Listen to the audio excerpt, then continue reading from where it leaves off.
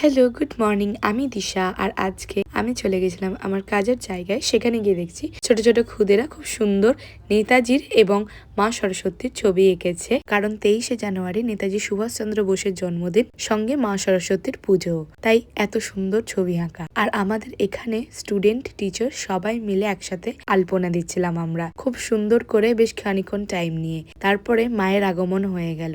আর যেহেতু সরস্বতী পুজো, তাই আমিও বেরিয়ে পড়লাম। আমার কিছু জুয়েলারি পারচেস করার ছিল, সেই জন্য বেনাচিটি বাজারে গিয়ে দেখলাম প্রায় ভিড় নেই বললেই চলে, কিন্তু খানিকটা এগিয়ে বসলাম, না ভিড় ছিল। এই স্টোরটার নাম পূজার। এখানে গিয়ে কিছু নেকলেস দেখছিলাম আর পছন্দ করে কিনেও নিয়েছিলাম। তারপরে সামনে একটা ফুচকা দাদার কাছে গিয়ে ফুচকা খেয়ে নিলাম। তারপরে প্রায় 10 মিনিট মতন হেঁটে পরে পৌঁছে গেলাম সুইট অ্যান্ড ক্রিমে দুর্গাপুরে। এটাই হচ্ছে একটা বেস্ট বেকারি শপ, যেখানে আমার খুব ভালো লাগে যেতে, আর এদের আইটেম গুলো খুব ভালো লাগে। আর আমি নিয়ে নিয়েছিলাম রসমালাই পেস্ট্রি, সাথে আরো কিছু প্যাক করিয়ে র্যাপিডো করে বাড়ি ফিরলাম। দুপুরে খেলাম পরোটা, আলু ভাজা আর মিক্সড ডাল। সন্ধ্যেবেলায় এনজয় করছিলাম পনির পাফ, যেটা আমি সুইট অ্যান্ড ক্রিম থেকেই কিনেছিলাম, আর এটা আমার খুব ভালো লাগে খেতে। সঙ্গে এনেছিলাম চকলেট মুস, আর এটা এনজয় করছিলাম রাত্রেবেলায়।